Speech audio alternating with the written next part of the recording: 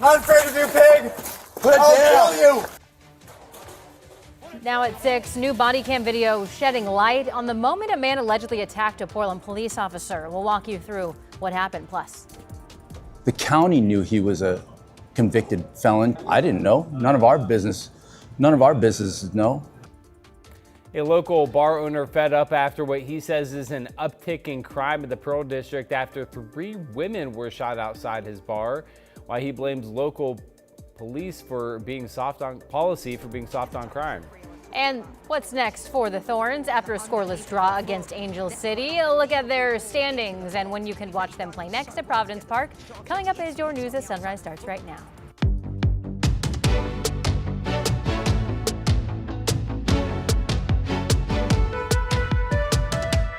Good morning, and thank you for joining us on your Monday. I'm China Green. And I'm Matthew Herchick. Glad to have you with us. We're going to get over to Rod in just a second with a check of the weather, but first we're going to get over to Chris, who's got a traffic alert or two to keep an eye on. Yeah, a pair of them. Actually, we're going to start off with this one, guys. This is live on the 217 northbound flyover ramp from I-5. You can see that we've got a truck on its side. I'm not sure if we've got another vehicle involved in this or not, and a number of emergency responders on the scene. No word yet on any injuries or the extent thereof. You can see the left lane, though, is getting by, and obviously this is going to be a pinch point for your I-5 North commute onto 217 for the next little while. The other spot that we're watching is out on the Banfield now, westbound I-84.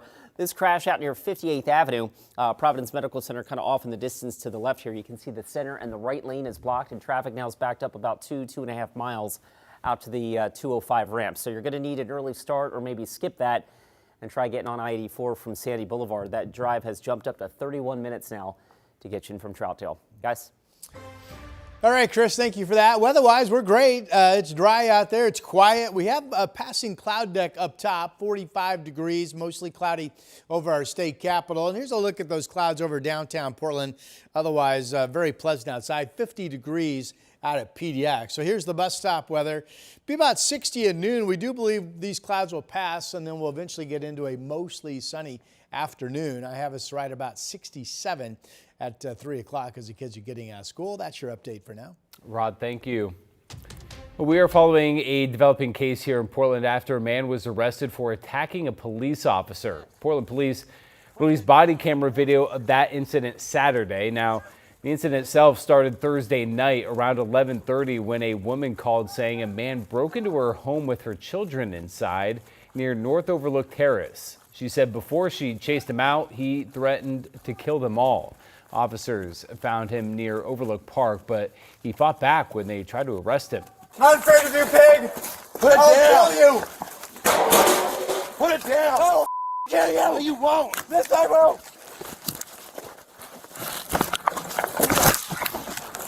I will kill you! Don't punch me again! The man hit the officer in the face with a rock, but as the video goes on to show, the officer was able to control the suspect until other officers showed up to help. This morning, we are sharing newly released surveillance video of a shooting outside a Northwest Portland bar. 3 women were injured in that shooting outside the River Pig Saloon in the Pearl District. Libby Dowsett has more from the owner and why they wanted to share the video. Libby. Well, Matthew, the owner says that he's seen an uptick in crime in downtown, and he says that he wanted to share this video because he is hoping sharing it will tell people what's really going on. And he says this is the worst he's seen in 15 years in business. The video he shared appears to show the moments shots are fired outside River Pig last month. This happened shortly after midnight on April 27th. Police say the shooter, 31-year-old Shannon Lyons, was arrested last Thursday, accused of shooting 3 women. Those women's injuries were non-life threatening, but River Pig Saloon owner Ramsey Hattar says it shouldn't have happened in the first place. Court documents show Lyons was convicted of first-degree manslaughter in Multnomah County back in 2014.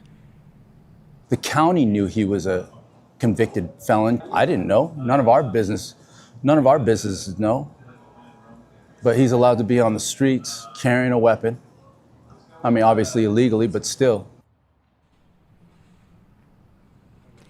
And Hattar is still upset over an earlier incident in December when someone was stabbed at that same business. So he says that now he's blaming the city being soft on crime for these incidents and other incidents throughout the Pearl District where he's doing business.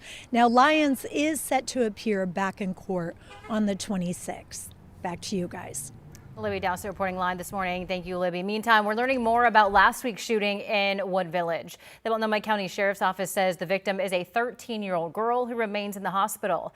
Investigators say the shooting happened around 4 p.m. Friday on Northeast Arata Road near a bus stop. Detectives believe that it may have stemmed from a fight and say that the suspect left the scene. The girl is expected to survive. Anyone with information is urged to contact the Sheriff's Office. An update out of Gresham. The man accused of pulling a gun on another driver pleaded not guilty in court. Police say 19-year-old Junior Reyes Galindo pointed a handgun at a woman after she honked at him while he was driving erratically. Gresham police released this video you see here. Officers say they recovered the gun when they arrested the suspect. He is due back in court in July. Later today, a man is set to be in court for allegedly sexually abusing a resident at a care facility, and officials believe that he may have other victims. The Washington County Sheriff's Office says 25-year-old Oscar Marquez Alonso was working as a caregiver at a care home in Raleigh Hills area when detectives found evidence that he was sexually abusing an elderly woman who was living there. He faces charges including sexual abuse and sodomy. Detectives believe that he could have other victims and are asking anyone with information to contact the Sheriff's Office. And a reminder that if you or someone you know is a survivor of sexual assault, help is always available. Just call the number there on your screen, 1-800-656-4673, to reach the National Sexual Assault Hotline. PBOT is continuing its work on 82nd Avenue, starting a paving project that's expected to last for months. This is the second summer of paving along the corridor after crews repaved and repaired roughly 1.5 miles of 82nd in 2025. The first section of paving will take place on Southeast 82nd between Southeast Clinton and Brooklyn Streets. Work is expected to be done between 7 a.m. and 4 p.m. Monday through Friday.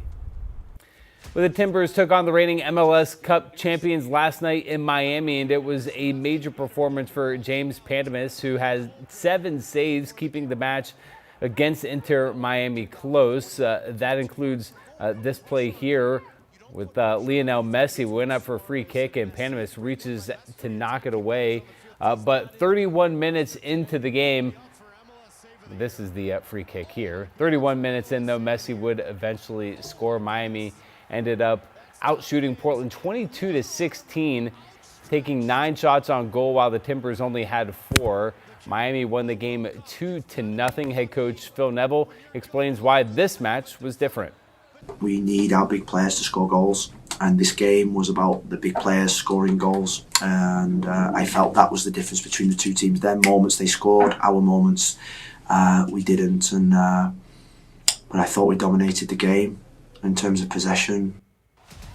Meantime, the Thorns took on Angel City FC at home in Providence Park. It was the first time that the Thorns were home in more than 2 weeks, and things were looking up as Angel City's top attacker out with a calf injury. Both teams had 11 shots, but neither could break through. The match ended in a scoreless draw. A rough blow for Portland, who hasn't given up a goal since October at home.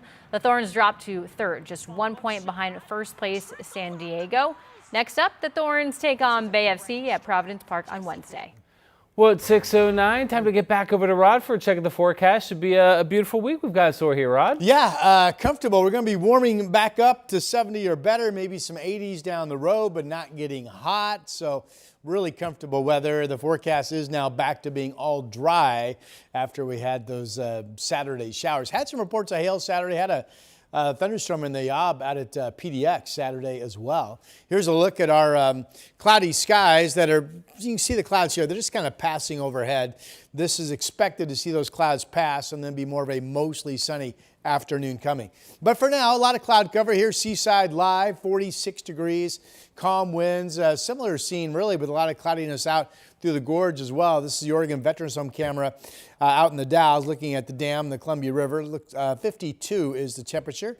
And yes, similar scene looking at the Interstate Bridge from the Vancouver to the Springs at the waterfront location. Temperatures outside right now. 47 up in Vancouver, 49 downtown Portland, 43 in Oregon City, Hillsboro, good morning, 45. Also 45 in Salem and 46 degrees down in Albany. Quiet weather will find you today. There's still snow to look at as you're driving up over the Cascades in terms of snow on the ground, but temperatures have warmed up there and the snow has melted off the highways. Timberline will be about 41 degrees later this afternoon. There's a frivolous chance of a few scattered showers out across the far east. And that's about it. Here's the dry 7-day, 70 today. Another shot of passing cloudiness tomorrow, 67. I do have us up to around 80 on Thursday, and I keep us right about 80 on Friday and into the... All right, Rod, thanks for that. A pair of traffic alerts to keep you updated on this is number one, I-5 northbound, the flyover ramp to 217 north. We've got a truck on its side here. A couple of TVF&R vehicles still on the scene as well. We're working to get details on this, but at this point you can see that only the left lane of that 2-lane exit ramp is getting by. So that is causing some local slowing there. And then the other big trouble spot we have is this on the Banfield, I-84 westbound, the exit lane and the westbound right lane blocked. In fact, it does look like maybe only one lane getting by right now out near 68th Avenue. So we've got a 2-mile backup right now on Interstate 84 that extends out past the I-205 ramps. At this point, the trip getting into Troutdale has ballooned up to about 35 minutes. A solid 30 of that is just between 205 and the Hollywood District. So if you have the opportunity, skip this, maybe hop on from Sandy Boulevard.